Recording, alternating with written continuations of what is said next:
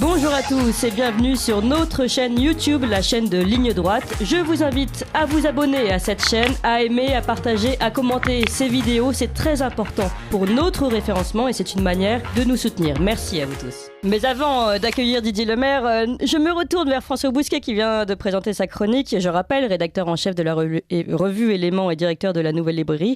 Et il se trouve que la revue Éléments présente son numéro d'octobre-novembre. Oui, exact, oui, qui est en kiosque depuis hier, avec un dossier passionnant sur la désobéissance aujourd'hui. On part du principe qu'il y a 13 millions de désobéissants au deuxième tour de la présidentielle. On a essayé de cerner leur sociologie, pourquoi ils contestent, pourquoi ils s'opposent au système.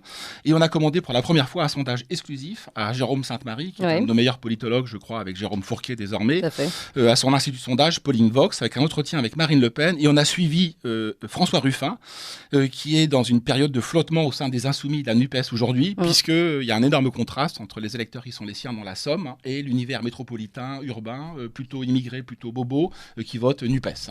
Donc et un entretien avec Marine Le Pen assez surprenant où elle se présente comme nous, les nouveaux tribuns de la plèbe, et ça nous ramène donc dans la Rome pré-impériale et impériale. Encore une fois, François Bousquet, vous le faites exprès, que de transition vers notre invité du jour, Didier Lemaire, exactement. Et son questionnement notamment sur la gauche universaliste et puis la gauche d'aujourd'hui qui a peut-être oublié ses fondamentaux. Mais autant ouvrir tout de suite la vidéo. Ligne droite.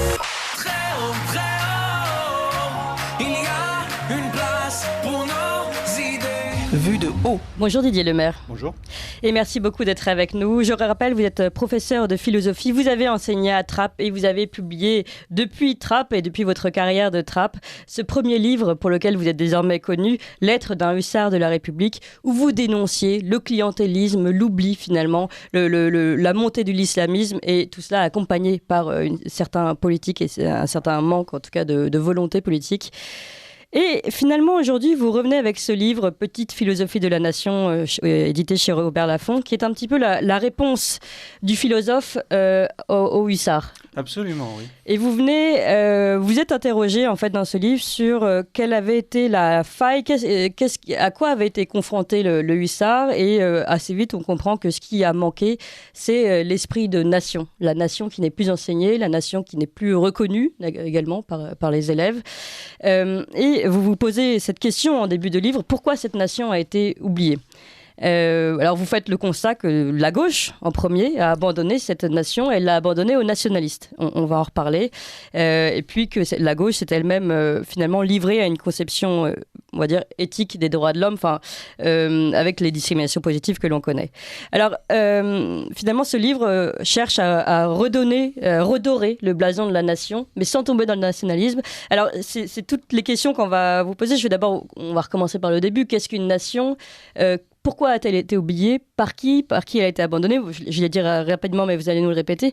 Et je voudrais qu'on aille jusqu'au nationalisme. Parce que là-dessus, je pense qu'on va peut-être un petit peu plus discuter. Je ne suis pas forcément d'accord, puisque vous dites, d'après vous, que le nationalisme, c'est le moment où la nation et la culture sont finalement interchangeables. Que finalement, on dit la nation est forcément la culture... on va y venir. Ouais, voilà, donc on va aller chercher ça. Mais d'abord, qu'est-ce qu'une nation et pourquoi a-t-elle été oubliée, cette notion de nation ? Ces notions de nationalisme et de nation doivent s'éclairer l'une et l'autre. Et il faut commencer par la notion de nation que j'ai voulu remettre à sa juste place dans ce livre.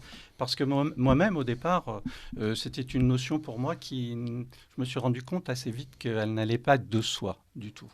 Elle n'avait pas de soi. D'ailleurs, en philosophie, on n'a pas d'ouvrage qui porte spécifiquement sur cette notion.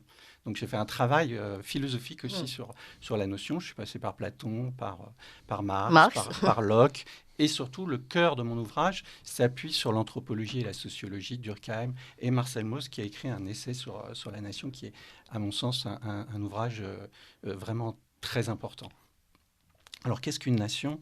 Une nation, je dirais que c'est une forme d'organisation politique totalement novatrice qui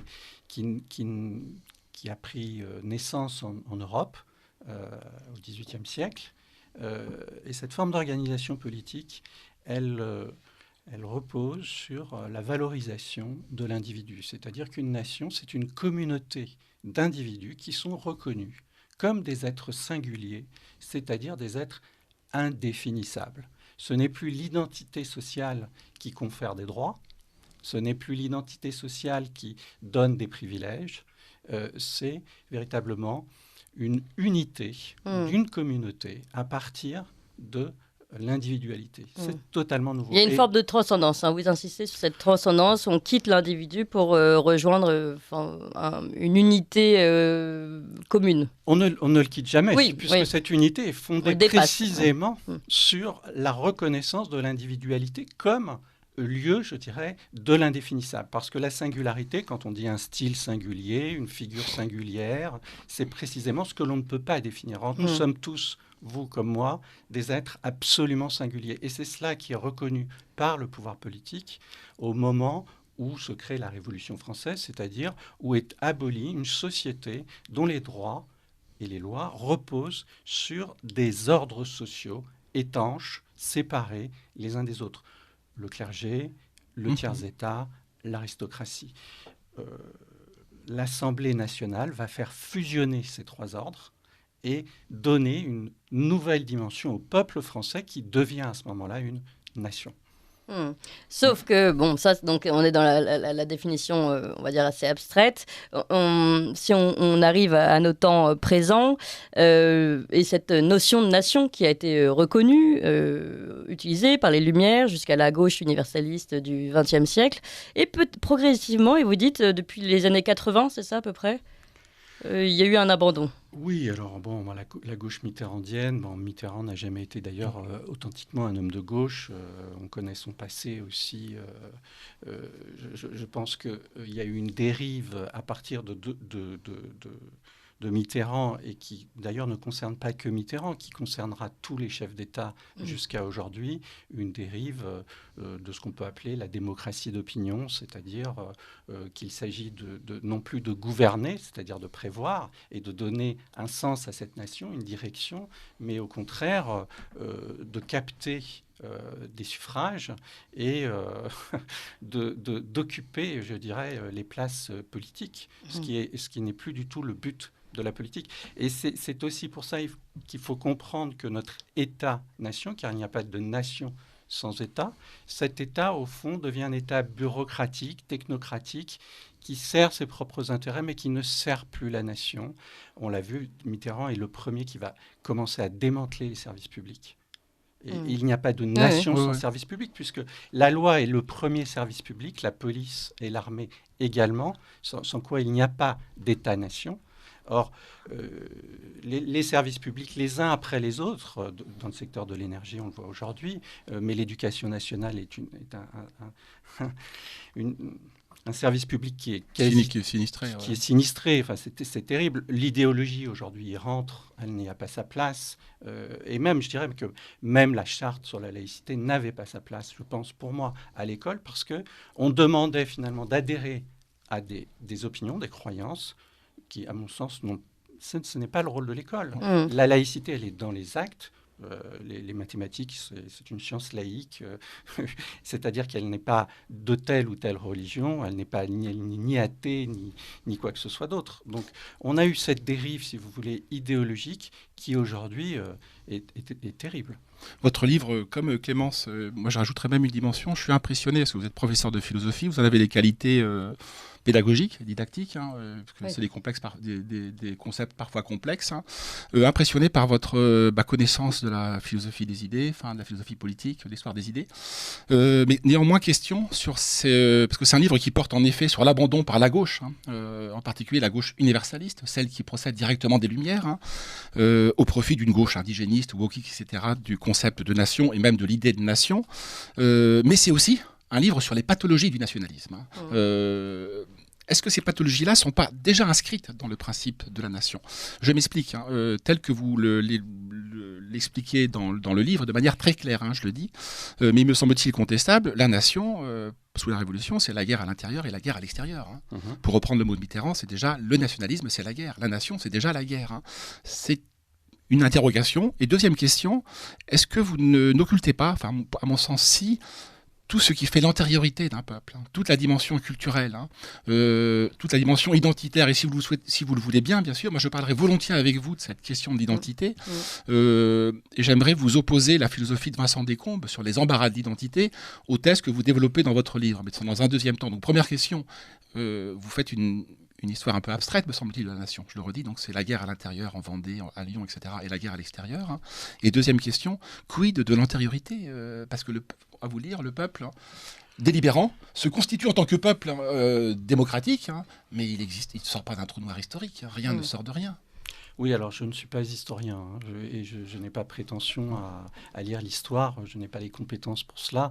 Mes compétences, elles sont essentiellement celles d'un professeur de philosophie. Qui maîtrise l'histoire des idées politiques. C'est-à-dire, oui, effectivement, qui est capable d'expliquer, de rendre compte des concepts et de l'histoire de ces concepts. D'ailleurs, mon livre s'adresse à tous, pas du tout à des spécialistes, même s'il y a un aspect aussi savant que j'ai volontairement gommé, mais n'importe qui peut le lire, il n'y a pas besoin d'avoir une culture philosophique solide. Et je précise que d'ailleurs vous avez une approche philosophique parce que vous-même vous posez des questions tout au long du livre. Et cette question que pose François Bousquet, vous le dites, pourquoi parle-t-on de culture d'origine? Vous-même vous posez cette question. Et je vous laisse répondre. Alors sur le fond, mais je pense que les deux questions sont liées, j'ai quand même consacré une grande part de ce livre à la notion de culture, qui vient du latin colere, prendre soin, la culture.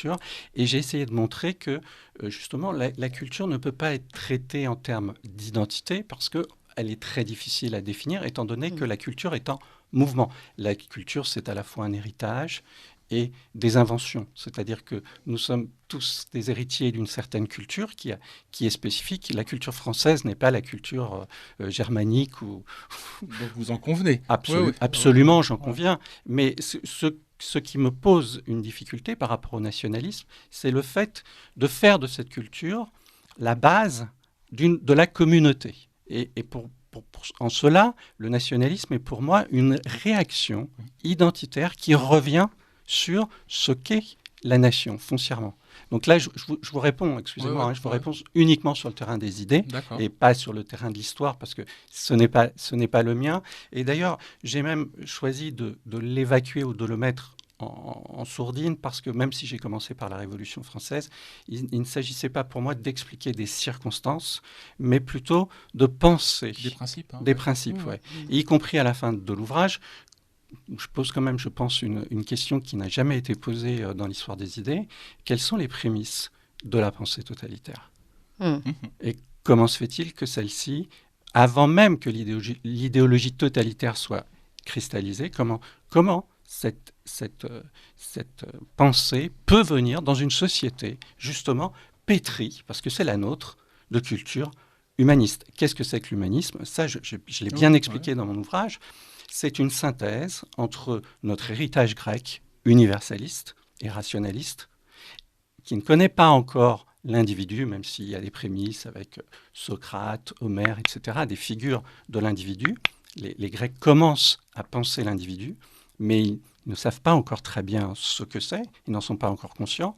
En revanche, le christianisme, lui, va donner à la personne un statut tout à fait nouveau, puisqu'on peut dire que c'est une religion de la personne. Dieu est une personne, il est pensé comme tel. Et c'est la première fois dans l'histoire. Et donc, moi, je montre que nous avons,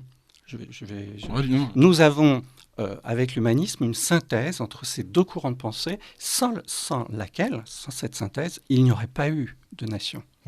Vous êtes vraiment, me semble-t-il, mais vous me corrigez si je me trompe, un homme des Lumières, ce que je ne suis pas. Mais néanmoins, je le salue en vous, puisque vous êtes de plus en plus isolé dans l'arc républicain, vous êtes de plus en plus isolé. Une pensée telle que la vôtre. Et votre conception, me semble-t-il, de la nation, de la démocratie, procède vraiment de cette généalogie des Lumières. Vous n'ignorez pas que c'est un peu une exception française. Nos voisins allemands en particulier, Louis Dumont a fait des travaux très intéressants où il y a une nation ethnique. Mais je crois que nous, Français, c'est un angle mort qui est très confortable pour nous de ne pas en parler. Disant cela, j'ai en tête un livre d'un démocrate américain, Yascha Mounk, Le peuple contre la démocratie, où il dit que nos démocraties libérales, depuis 250 ans, en France, aux États-Unis, partout en Europe, n'ont été stables que parce qu'il y avait ce qu'il appelle un monoethnisme. Or, il y a un changement en tout cas extra-européen. On sort en plus du cadre religieux chrétien qui n'est pas sans poser problème. Vous-même avez été en première ligne. Vous êtes heurté à ce mur-là, à Trappes. Hein. Je trouve que vous êtes très résilient, si vous me permettez. Je vous remercie. Ouais. C'est vrai que ça a été une épreuve pour moi. L'épreuve, au fond, c'est d'avoir été calomnié et d'avoir été désigné par certains comme une cible. Parce qu'en disant, me traitant de raciste et d'islamophobe, ce que je ne suis pas du tout... Il suffit de vous lire. Il suffit de me lire. J'ai enseigné 20 ans à Trappes. Et vraiment, je lutte pour que les Français musulmans aujourd'hui soient libérés de l'islamisme et qu'ils puissent exercer leur culte et leur croyance en toute liberté et dans la paix. Donc j'ai toujours été clair là-dessus. Et donc, si vous voulez, être mis en cause en plus par la gauche, parce que c'est foncièrement cette gauche-là qui m'a mis en cause, ça a été pour moi très violent. C'est parce qu'elle a renoncé à ses idéaux. Absolument. C'est le drame. La gauche est en train de décliner parce qu'elle est déchirée. Elle est même au-delà de ça, mon dernier chapitre s'intitule « La tentation totalitaire ». Et il me semble qu'aujourd'hui, cette gauche est traversée par cette tentation, même si ce n'est pas encore cristallisé sous forme d'idées, mais on le voit, par exemple, je ne vais pas commenter la rumeur du monde, mais la frontière entre le privé et le public qui est fondamentale dans un état de droit, dans une démocratie et dans une nation, donc cette frontière est en train, dans les consciences, de tomber. C'est extrêmement grave. Un État totalitaire, c'est un État dans lequel il n'y a plus de séparation entre la vie privée et la vie publique. Je l'ai moi-même expérimenté lorsque j'étais lycéen, j'ai étudié le russe et j'ai passé un mois en Union soviétique, c'était la dernière année de Brejnev. Je l'ai vu de mes yeux ce que c'est qu'un État totalitaire. Est-ce que vous me permettez de revenir à cette question de l'identité à travers un angle purement philosophique, hein? Oui. Absolument, bien sûr. La philosophie est très embarrassée vis-à-vis de l'identité.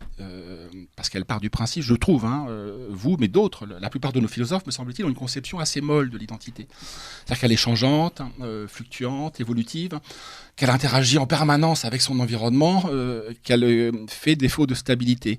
Je ne sais pas si vous vous rappelez de l'argument de la croissance chez les Grecs et chez les présocratiques. L'argument de la croissance dit que, ou de la mesure plutôt, que bien l'homme change en permanence, hein, parce que c'est comme un outil de mesure, je rajoute ou je retranche une longueur, hein, et je n'ai pas la même longueur. Hein.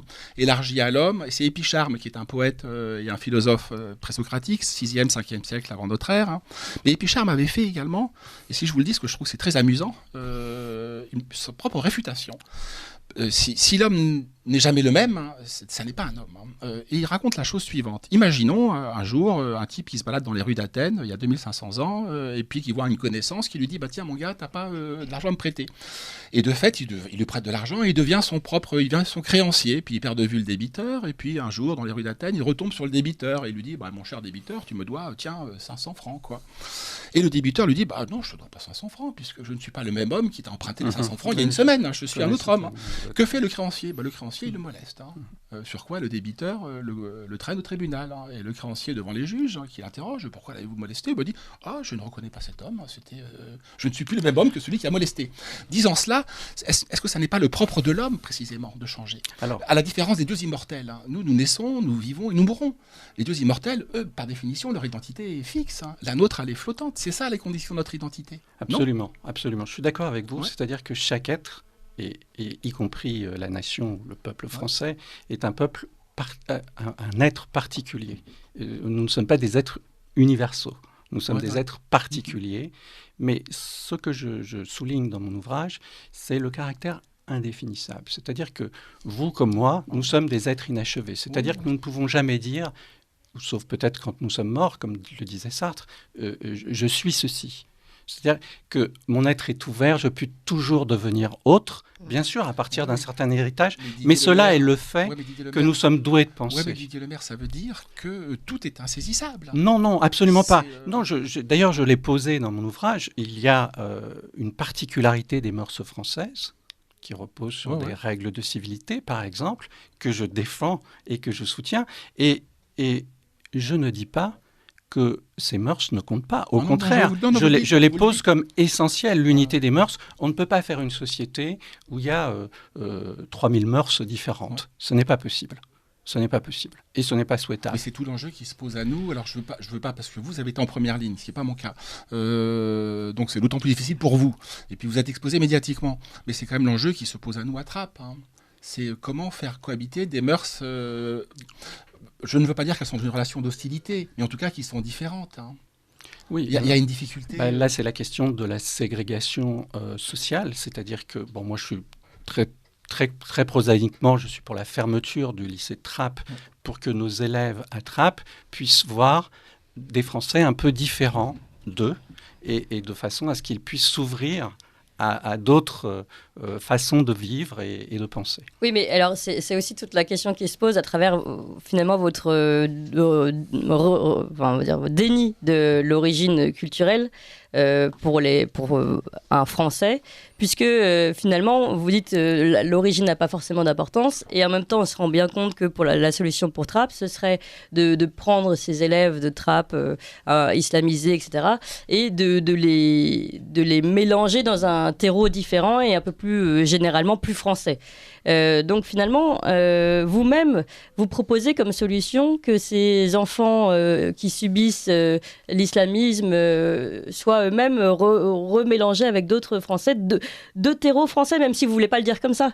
En fait, c'est là où on sent un paradoxe. Ah non, il n'y a pas de paradoxe du tout. D'abord, il faut protéger ces élèves des recruteurs islamistes qui sont dans leur environnement et qui les travaillent en permanence.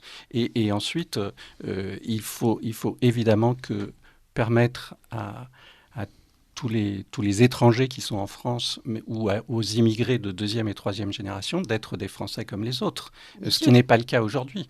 Donc non, il n'y a pas du tout de ma part de déni culturel. D'ailleurs, à l'école est ce lieu où on acquiert une culture commune. Et j'ai été un hussard aussi en ce sens. Oui, mais vous l'avez fait, cette culture commune. Vous l'avez apportée, cette culture commune. Non, parce que j'ai montré que, justement, à partir d'un certain seuil, on ne peut plus le faire. Mais un seuil de quoi? Oui. Pas un seuil finalement de communautarisme, de fermeture, si vous voulez. Alors, il est 9h, on fait un point sur l'actualité, puis on revient tout de suite avec Didier Lemaire et François Bousquet. Ligne droite. Très haut, il y a une place pour nos idées. Vue de haut.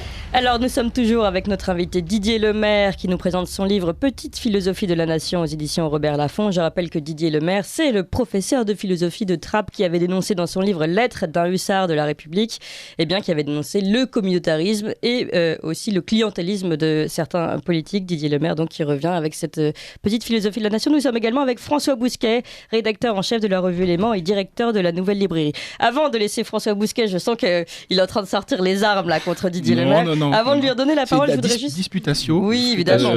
Non, mais bien sûr, c'est très intéressant. Je voudrais juste rappeler quelque chose que j'ai trouvé très intéressant dans votre livre et que je n'avais pas vu ailleurs encore. Finalement, vous mettez face à face ou dos à dos le nationalisme et le multiculturalisme. Finalement, pour vous, ce sont les deux faces d'une même dérive qui est celle de renvoyer aux origines. Et ça, je trouve que c'est novateur. D'ailleurs, vous devez être très mal accueilli aussi sur cette conception des choses par la gauche,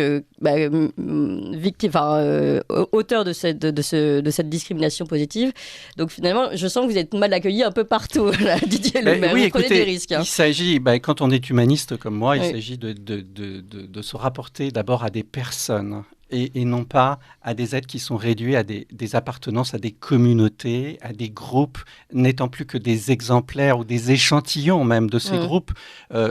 Souvent, j'ai repris mes élèves en classe en me disant « Ne dites pas un noir, un arabe, un ceci ou un cela. Dites une personne. » Éventuellement, vous pouvez la qualifier par la couleur de sa peau ou autre. Mais avant tout, pensez qu'il s'agit d'une personne en face de vous. Or, le multiculturalisme, que fait-il ? Il enferme des gens dans des identités qui sont d'ailleurs totalement fantasmées, imaginaires, et qui détruisent, finalement, qui détruisent la liberté du sujet et sa pensée, puisqu'il est obligé d'être d'une certaine façon. Il n'a plus le choix de se définir lui-même. Mais est-ce que vous ne pensez pas que le multiculturalisme contient en soi cette dimension multiconflictuelle. Hein. Parce que Absolument. c'est une expérience inédite à laquelle se livre l'humanité, puisque on n'a jamais fait ce type de mélange, hein, en dehors des États-Unis. Mais les États-Unis se créent sur rien. Enfin, si les États-Unis se créent sur l'évacuation de la question indienne. Hein. Donc, mais peu importe. Hein. C'est pas là où je veux en venir. Pas peu importe, pardon. Dans mon livre, excusez-moi de vous interrompre, justement, je montre que malgré le culturalisme, les Américains trouvent une unité tout de même c'est la religion civile. Hein. dans Le self-made mind. voilà, c'est ça, absolument. La réussite. Et c'est ce qui leur permet de le dépasser. Or, nous sommes dans une sorte d'archipélisation Ouais. de la nation, avec c'est un problème. Hein. avec ces identités multiples et effectivement qui sont forcément conflictuelles, puisque chacune va revendiquer des droits pour ce qu'elle est et non pas une égalité. Donc on passe notre devise républicaine, c'est liberté, égalité, fraternité, à quelque chose qui est de l'ordre de l'identité. Ouais. Et l'identité, c'est un fantasme. Mais Didier Lemaire, Ça n'existe l'historien pas. en moi, vous rappelle que justement en 89, c'était la révolution ou la mort. C'était une dimension belliqueuse. Mais je vois une question sur cette question de l'individualisme. Vous êtes très attaché, on l'a vu, vous en avez tracé, esquissé, mais dans le livre, vous vous attardez beaucoup plus longuement de la Grèce, en passant par le christianisme, de l'individu. Est-ce que le nationalisme n'est pas, c'est la thèse qu'il nous arrivait de défendre dans Éléments, une pathologie justement de l'individualisme, hein. Et je prends le cas de figure symptomatique de Maurice Barrès. Hein. Maurice Barrès a fait 2 trilogies. Alors on les lit plus aujourd'hui, mais à l'époque c'était Le Prince de la Jeunesse. Hein. La première trilogie, c'est Le Culte du Moi, qui est très symptomatique. Hein, où c'est le jeu de Barrès. Hein. C'est le jeu hyper individualiste. Hein. Et 10 ans après, ce Prince de la Jeunesse devient l'ambassadeur du nationalisme belliqueux et il fait les romans géniaux, hein, sur un plan romanesque, c'est génial, hein, de l'énergie nationale. Hein. Et il y a quand même un phénomène étrange, hein, entre est-ce que la nation n'est pas au peuple ce que l'individualisme est aux personnes, hein. Peut-être, mais je nuancerais quand même cette idée par le fait qu'il n'y a pas un nationalisme, et je l'ai indiqué dans mon livre, mais des formes multiples de nationalisme, dont le multiculturalisme, à mon avis, est une des dernières formes. Donc je n'ai pas étudié encore tous ces nationalismes. Il faudrait peut-être faire une histoire des nationalismes, absolument. Ouais. Oui. Je ne sais pas si je vous ai répondu de manière satisfaisante. Non, mais c'est un sujet qui est central, cette question de la nation, puisque c'est la question du vivre ensemble. Hein. Absolument. Comment on fait pour coaguler du vivre ensemble? Et vous le disiez, parce que vous reprenez le fameux discours de Renan, et vous avez raison, c'est presque un discours de poète. Hein. Et c'est notre problème à nous. J'ai toujours en tête, moi, ce que Saint-Augustin disait du temps. Dans les confessions. C'est que si vous me demandez ce que c'est le temps, je sais ce que c'est, voilà. Mais si vous me demandez de le définir, je sais pas ce que c'est. Donc même chose pour la nation, on sait pas. Ce sentiment national. Ou sentiment national. Alors le sentiment national, c'est autre chose, mais la nation, on peut la définir, et j'en ai proposé vous le faites, des différents concepts, en m'appuyant d'ailleurs sur l'anthropologie et sur le livre central de Marcel Mauss. Alors justement sur votre définition de la nation, puisque vous évacuez le côté sentiment national ou le côté culture, pour vous c'est surtout une personne juridique, la nation, qui est constituée par l'ensemble des citoyens, et vous revenez sur les votes démocratiques, etc. C'est intéressant parce que vous-même, vous dénoncez dans votre livre le fait que la France se soit donnée, d'ailleurs la gauche, mais pas que, se soit donnée à une technocratie libérale, donc le fait de vouloir finalement gommer tout sentiment, peut-être tout patriotisme, parce que la nation c'est dangereux, etc. Donc on remet le pouvoir à une technocratie libérale, et il se trouve qu'elle est libérale. Donc le fait de vouloir tout neutraliser, finalement, neutraliser la politique. Et avec votre définition, je trouve de la nation, elle est particulièrement neutre. Et c'est là où, en fait, et c'est là où on a envie de revenir à la culture, je trouve que vous qui aimez la nation, vous lui donnez une définition très neutre et presque, finalement, avec les mêmes dangers que la coquille vide de la technocratie libérale. Non, en fait, il s'agit de laisser cette place, d'une certaine façon, vide, comme je n'ai pas je peux le faire en tant que philosophe, définir ce qu'est une religion, mais dans le débat public, je m'abstiens de le faire. Je préfère m'abstenir. Je trouve que ce n'est pas le lieu de le faire. D'accord. Et donc, je défends la nation, et la nation peut s'accompagner, et elle s'accompagne, je pense, pour chacun d'entre nous, pas seulement du sentiment d'être citoyen, mais aussi d'une forme de patriotisme ou de patriotisme lorsque la nation est en danger. Regardez les Ukrainiens aujourd'hui, ils se battent pas simplement pour le droit d'une nation à disposer d'elle-même, mais pour leur existence même. Oui. Et ils sont prêts au plus grand sacrifice pour cela. Oui, mais là, ils font communion. Et vous réfutez justement ce moment où on fait communion. Non, je dis que la nation ne repose pas sur cette communion, mais cette communion est, me semble-t-il, plus un effet de la nation et de son existence que son principe ou son origine. Pourtant, c'est le préalable à la constitution de la nation. Mais je veux dire, dans l'univers idéologique et philosophique qui est le vôtre, celui des Lumières, c'est difficilement on peut difficilement l'admettre, hein, mais il y a quand même un prérequis pour se constituer. C'est ce sentiment de valeurs partagées, Enfin bon, je ne sais pas combien de temps il nous reste. Hein. Non, il est temps de conclure. Je voudrais dire un mot. Un mot, François Bousquet, le mot de la fin pour Didier Lemaire. Mais quels que soient nos désaccords, j'admire votre courage et je le salue. Et que nous puissions échanger, ça ne fait que montrer les qualités. Je pense que nous sommes d'accord, vous et moi, pour penser qu'il est urgent aujourd'hui de réparer la nation.